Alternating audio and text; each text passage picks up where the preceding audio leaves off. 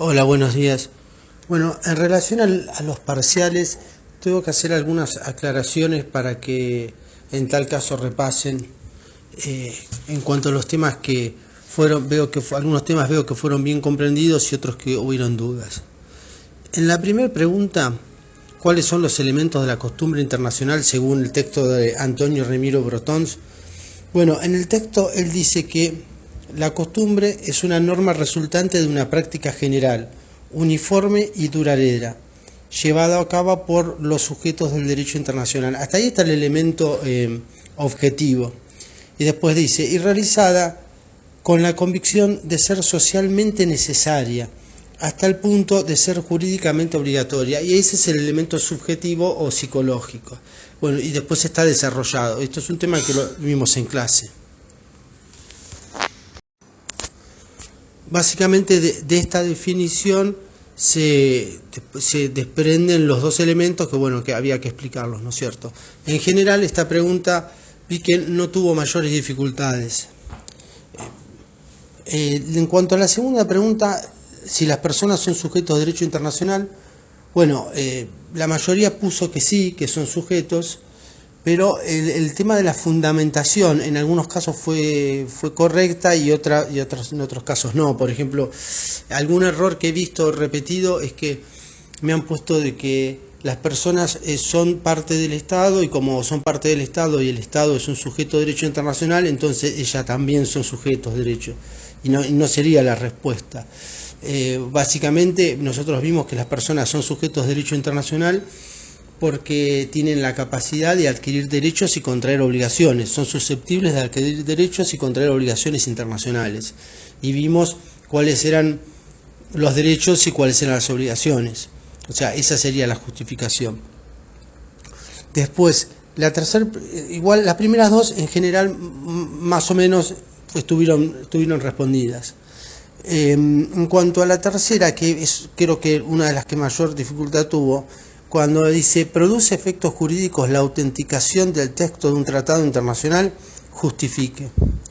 Bueno, el efecto jurídico más importante, más allá de que bueno, la certificación tiene como consecuencia de que ese es el texto, queda cerrado el texto, digamos, con el cual después se van a seguir avanzando en las siguientes etapas, pero la consecuencia más importante, y que esto también lo vimos en clase, incluso se los dicté porque tengo acá el texto que les dicté, es que la obligación de no frustrar el objeto y el fin del tratado, artículo 18 de la Convención de Viena. Ese sería el efecto jurídico más importante, sin perjuicio de que hay otros, no está mal si los mencionaron, pero ese sería digamos, uno de los efectos que no podía faltar en la respuesta. Después, en cuanto a la competencia de la Corte Internacional de Justicia, ahí habíamos visto también, lo vimos en clase, incluso les dicté, de que tiene una competencia contenciosa y tiene una competencia consultiva, y bueno, y vimos en qué caso tiene competencia contenciosa respecto de los estados que llevan un litigio ante sus estrados, y la competencia consultiva cuando el Consejo de la Seguridad o la Asamblea les pide que se emita una opinión sobre un tema en particular.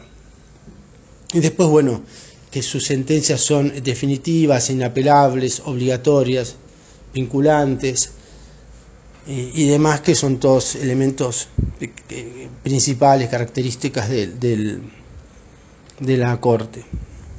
Después, la pregunta 5, que esta sí vi que hubo una gran cantidad de personas que tuvieron dificultad para responderla. Responsabilidad de los estados por hechos ilícitos, factores de atribución de responsabilidad. Y la pregunta dice, explique en qué casos la violación de una obligación internacional puede atribuirse a un estado, de forma que genere responsabilidad internacional. Fíjense que la pregunta dice, ¿en qué casos la violación de una obligación internacional? O sea, ya partimos de que hay una violación a una obligación internacional. ¿Y en qué casos esa violación se puede atribuir a un Estado? Y ahí tenemos una serie de artículos de la resolución que nos da la respuesta. Fíjense, en el capítulo 2 dice atribución de un comportamiento al Estado. El artículo 4 nos habla de comportamiento de los órganos del Estado. El artículo 5 nos habla del comportamiento de una persona o entidad que ejerce atribuciones del poder público. El artículo 6 nos dice comportamiento de un órgano puesto a disposición de un Estado por otro Estado. Y el artículo 7 dice extralimitación de la competencia o contravención de instrucciones. Y el 8 dice comportamiento bajo la dirección o control del Estado. El 9 dice comportamiento en caso de ausencia o defecto de autoridades oficiales, bueno, y así, etcétera. El artículo 10 habla de los movimientos insurreccionales, y ahí tienen todos los supuestos, hasta el artículo 11. El artículo 11, comportamiento que el Estado reconoce y adopta como propio. Esos son todos los supuestos de atribución de responsabilidad. O sea, muchos empezaron a definirme el hecho ilícito, los elementos del hecho ilícito y demás, y en realidad la pregunta ya partía de que existía una violación internacional, y dice, ¿cómo puede atribuirse a un Estado? Básicamente era uno de los dos elementos del ilícito, ¿no es cierto? El ilícito en sí mismo, la violación en sí mismo, que era algo que no hacía falta definir, pero la pregunta era sobre el segundo elemento, es cómo se atribuye esa violación a un Estado. Y lo tienen ahí en el capítulo 2, atribución de un comportamiento al Estado.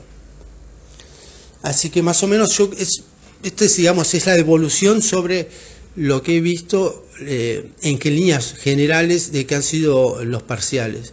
Sin perjuicio, si alguien necesita alguna consulta en particular, ya sabe que me la puede formular en el momento que lo necesite.